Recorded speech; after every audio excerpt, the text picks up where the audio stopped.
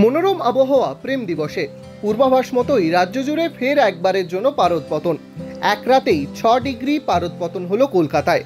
অন্যান্য জেলাতেও 3 থেকে 6 ডিগ্রি পড়ে গিয়েছে পারদ। তবে এই পতনের স্থায়িত্ব মাত্র 2 দিন, তারপরই আবার চড়বে তাপমাত্রা।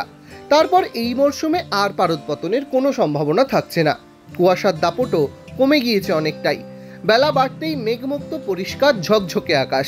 কলকাতা শহরে রাতের তাপমাত্রা 23.7 ডিগ্রি থেকে 6 ডিগ্রি কমে 17.7 ডিগ্রি।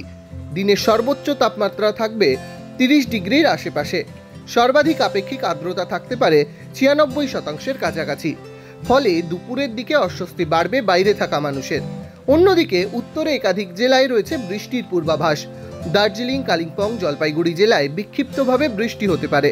উত্তরে এখনও শীতের আমেজ কিছুটা বজায় থাকলেও সোমবারের পর 2 থেকে 3 ডিগ্রি সেলসিয়াস তাপমাত্রা বাড়ার পূর্বাভাস দিয়েছে আবহাওয়াবিদরা। ডাউনলোড করুন এই সময় অ্যাপ iOS ও অ্যান্ড্রয়েডের জন্য।